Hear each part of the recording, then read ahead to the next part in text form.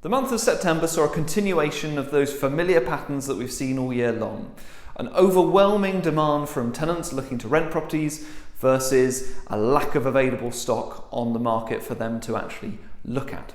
Now, here are our vital statistics for the month of September, and there are a few subtle changes from months gone by. The average time that it's taken to let a property has increased slightly, although it's still fairly rapid.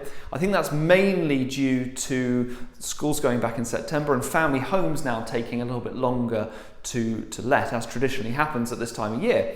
But what we have still seen, though, is the right property going on the market, by which I mean normally a 1 or 2 bed apartment, going on at the right price, will still be absolutely inundated with interest from prospective tenants. As you can see, we've actually averaged over September at above asking rent for the properties that we have let. We're at 101.7% of the average rent achieved. I'll come back to that in just a moment. And on average, we're seeing rent increases of about 9.4%. That's comparing the rent that we've achieved in September's lets versus the last rent that we were receiving on that property.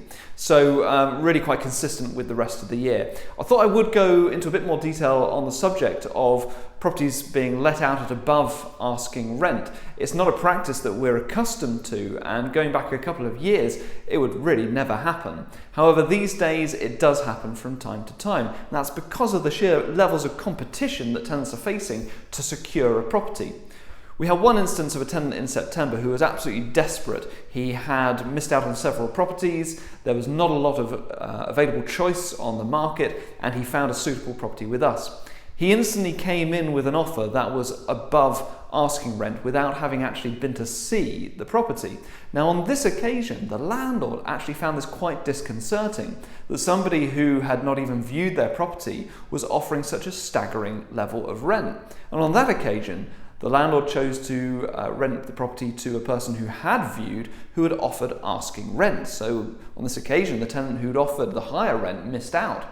He came back to us a week later, having found another suitable property, and offered 128% of the asking rent, and on this occasion it was accepted. But that gives you a clearer picture of exactly the efforts and lengths that tenants are going to just to try and secure a property once they've found something suitable for them. So finally, also, we're now at the start of October, and a timely reminder of a few things that are crucial to any landlord anywhere in the country, not just locally here in Bath. That is the introduction of new regulations affecting carbon monoxide alarms. I've recorded a whole separate video all about that goes into much further detail, and I'll post a link beneath this video to that. And also in that separate video, I cover the changes to right to rent checks that have now kicked in. And the last thing worth mentioning this month is breaking news literally yesterday as I've recorded this video, that the government are considering a U-turn on the proposed abolition of Section 21. Again, I'm going to record a much more in-depth video about that, but it does seem that the government are reconsidering these proposals. So we await to find out more information about that. Until then, I personally would not get too carried away on this subject.